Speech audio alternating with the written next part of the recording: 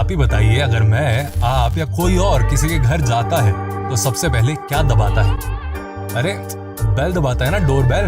हाँ, तो ऐसे ही अब आप इस घर में आए हैं, यानी कि इस चैनल पे आए हैं, तो आपको भी सबसे पहले बेल दबाना है। लेकिन खास बात यह है कि आप जब भी किसी के घर जाते हैं, जितनी बार भी किसी के घर जाते हैं तो बेल दबाते हैं, लेकिन इस चैनल पे आपको एक बार बेल पे क्लिक करना है। उसके बाद हम खुद आपके पास आते रहेंगे नोटिफिकेशन के थ्रू। तो सब्सक्राइब करने के बाद बेल आइकन पे क्लिक जरूर कीजिएगा। फिलहाल आज की इस वीडियो में जो मैं आपको बताने वाला हूँ वो बहुत ही ज्यादा इंटरेस्टिंग होने वाला है, तो ध्यान से सुनिएगा, वॉल्यूम को थोड़ा अप कर लीजिए। अच्छा, ये बात तो सभी जानते हैं कि दुनिया अभी फिलहाल 2020 में जी रही है, लेकिन दुनिया में एक देश ऐसा है जिसके लिए 2020 सिर्फ एक नंबर है, क्योंकि वो देश 2020 में 3020 की टेक्नोलॉजी यूज कर रहा है। बिल्कुल सही सुना आपने, और वो देश है जापान। एक ऐसा देश जो कि है तो बहुत छोटा, लेकिन उस देश ने अब तक बड़े बड़े काम कर लिए हैं। वैसे परेशानी इस देश के ऊपर भी कम नहीं आई, यहाँ तक कि सेकेंड वर्ल्ड वॉर में भी सबसे ज्यादा नुकसान इसी देश को उठाना पड़ा था। लेकिन यहाँ के लोगों ने उन लोगों की तरह जो शिकायतें करते रहते हैं ना, कंप्लेंट करते रहते हैं, उनकी तरह शिकायतें नहीं करी। उसकी जगह क्या किया? मेहनत, और मेहनत करके देश को फिर से खड़ा कर दिया। तो आइए आज मैं आपको जापान देश के बारे में वो सभी इंटरेस्टिंग फैक्ट्स बताने वाला हूँ जिसे आपने इससे पहले कभी नहीं देखा होगा, न कभी सुना होगा। जापान के लोग भी हमारे देश की तरह बड़े सॉफ्ट होते हैं, लेकिन एक ऐसी आदत जो हम दोनों देशों में बिल्कुल मैच करती है, और वो ये है कि यहाँ के लोग जब किसी के घर जाते हैं तो बाहर ही अपना जूता चप्पल उतार देते हैं। जापान के लोगों का मानना है कि किसी के घर जूता पहनकर जाना बहुत गंदी आदत है। वैसे यहाँ के लोगों में एक बहुत अच्छी आदत और है, और वो ये कि जब भी एक दूसरे से मिलते हैं तो हमेशा एक दूसरे को ग्रीट करते हैं। कहने का मतलब ये कि एक दूसरे को सिर झुकाकर गुड विशेस देते हैं। हालांकि ये हमारे देश में भी होता है, लेकिन सिर्फ 10% लोग ही हैं हमारे देश में जो इस अच्छी आदत को फॉलो करते हैं। जापान देश में आप कभी भी कहीं भी खाना खाओ, लेकिन रेस्टोरेंट में आप पर टिप देने का कोई दबाव नहीं होता। यहाँ किसी को भी किसी भी रूप में टिप नहीं दिया जाता। यहाँ का फंडा बिल्कुल क्लियर है कि आपने रेस्टोरेंट में खाना खाया, आपको सर्विस दी गई और आपने उसके बदले बिल पे किया, सिंपल। और आपको बता दूं कि जापान में अगर आप किसी के लिए गिफ्ट लेकर जाते हैं तो वो ग्लासेस या फूल पत्तियां नहीं होती, यहाँ का गिफ्ट खाना होता है, क्योंकि यहाँ के लोगों को अलग अलग तरह का खाना बहुत पसंद है और वो एक दूसरे के लिए खाना ही गिफ्ट के तौर पर ले जाते हैं। जापान के लोगों की एक ऐसी भी आदत है जो शायद आपको पसंद ना आए। सोचिए वो आदत कौन सी होगी। चलिए मैं आपको बताता हूँ कि वहाँ के लोग जब भी सूप या नूडल्स खाते हैं तो उस समय मुंह से ऐसे जोर जोर से आवाज आती है, सुड़कने की आवाज, जो बाकी सभी देशों में खराब माना जाता है, लेकिन जापान के लोगों के बीच ये नॉर्मल सी बात है। अगली बात, और ये बात तो आप सभी जानते हैं कि जापान के लोग कितने स्मार्ट और कितने टेक्नोलॉजी फ्रेंडली होते हैं।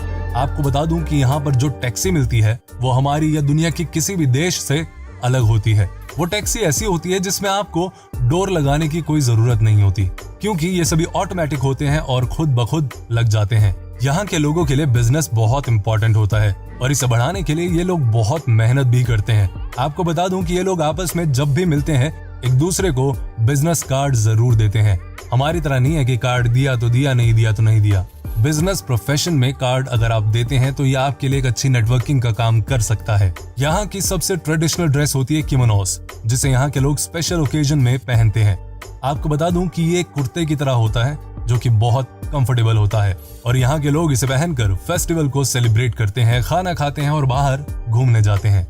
आपको बता दूं कि चॉपस्टिक्स का सही इस्तेमाल कैसे करें ये आप जापान के लोगों से सीख सकते हैं। यहाँ के लोग हर खाने को चॉपस्टिक से ही खाते हैं और कहा जाता है कि अगर आपने इनके सामने चॉपस्टिक से खाना गलत तरीके से खाया तो समझिए कि आपकी बेइज्जती तय है।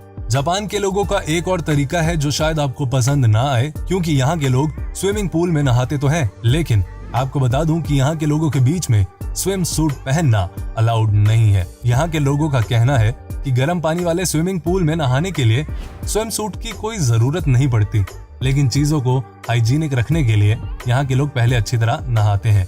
और आपको बता दूं कि जापान के लोग कभी भी सड़क पर चलते हुए खाना नहीं खाते या कुछ भी फास्ट फूड नहीं खाते। इतना ही नहीं, यहाँ आप किसी को भी रोड पर चलते हुए फोन का इस्तेमाल करते हुए नहीं देखेंगे। ये है जापान के लोग। आपको बता दूं कि ये कोई सरकार ने नियम नहीं बनाए हैं, लेकिन यहाँ के लोग खुद ब खुद इन नियम का पालन करते हैं, देश की साफ सफाई का ख्याल रखते हैं। और हमारे इंडिया में माशाल्लाह बताने की जरूरत ही नहीं।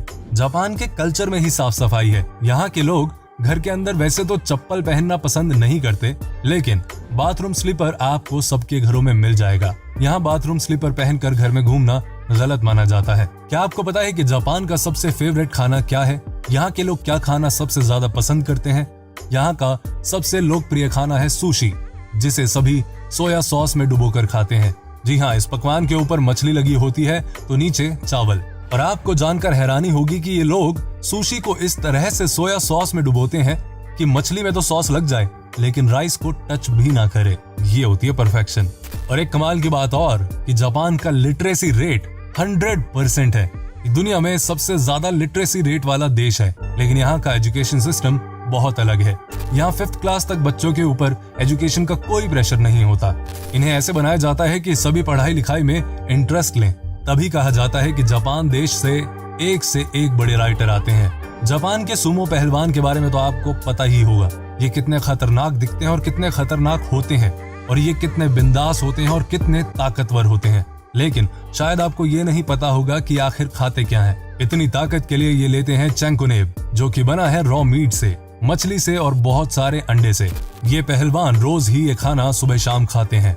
जैसा कि मैंने आपको पहले भी बता दिया था कि जापान के लोग बहुत हेल्दी खाना खाते हैं, और इसलिए इनकी डाइट के बाद आप देखेंगे कि यहाँ के लोग ग्रीन टी जरूर पीते हैं। अगर आप ग्रीन टी के शौकीन हैं तो जापान आपके लिए परफेक्ट डेस्टिनेशन हो सकता है, और जापानीज आपके अच्छे दोस्त भी बन सकते हैं। वो बोलते हैं ना कि कॉफी पे चलें, लेकिन इनको आपको बोलना है कि ग्रीन टी पे चलें।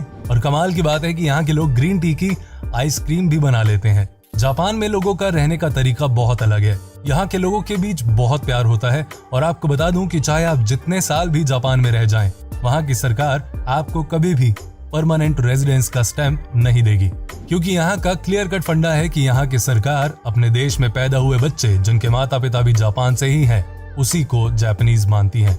जापान के लोगों की आप कितनी तारीफ सुन सकते हैं, क्योंकि यहाँ के लोगों में बुराइयां बहुत कम होती हैं। आपको बता दूं कि जापान के लोग सुबह सुबह अपने घर से बाहर निकलकर मॉर्निंग वॉक करने जरूर जाते हैं। यहाँ के लोगों का मानना है कि सुबह का समय सिर्फ आपको अपने लिए रखना चाहिए। आपको बता दूं कि जापान देश के लोग दुनिया में सबसे ज्यादा साल तक जिंदा रहते हैं। तो अगर आप भी मॉर्निंग वॉक नहीं करते तो प्लीज मॉर्निंग वॉक करें यार, और अपने आप को टाइम दें। आजकल जो महामारी चल रही है उसके बाद हमारे देश में और दुनिया के बाकी देशों में लोग फेस मास्क का इस्तेमाल करने लग गए हैं, लेकिन आपको जानकर हैरानी होगी कि जापान में कई सालों से लोग इस मास्क का इस्तेमाल कर रहे हैं। अगर किसी को किसी भी तरह की बीमारी है तो वो किसी और को ना फैले। जापान का एक बड़ा ही अजीब सा ट्रेडिशन है, जिसके अनुसार जापान के लोग जब किसी को अपने घर पर खाना खाने के लिए बुलाते हैं या आमंत्रित करते हैं, तो उस समय जो होस्ट होता है वो सबके लिए तो ड्रिंक बनाता है, लेकिन अपने लिए नहीं बनाता, और वो एक्सपेक्ट करता है कि उसके लिए कोई और ड्रिंक बनाए। अगर आप कभी भी जापान जाएं तो एक बात का ख्याल जरूर रखें कि यहाँ खाना खाने से पहले आपको हर रेस्टोरेंट में एक टॉवल दिया जाता है, और वो टॉवल ठंडा होगा या गर्म ये मौसम पर डिपेंड करता है। लेकिन मैं आपको क्लियर कर दूं कि ये टॉवल मुंह पोंछने के लिए नहीं, आपके हाथों को साफ करने के लिए आपको दिया जाता है। और अब जब मैं आपको बात बता रहा हूँ ये आप ध्यान से सुनिएगा।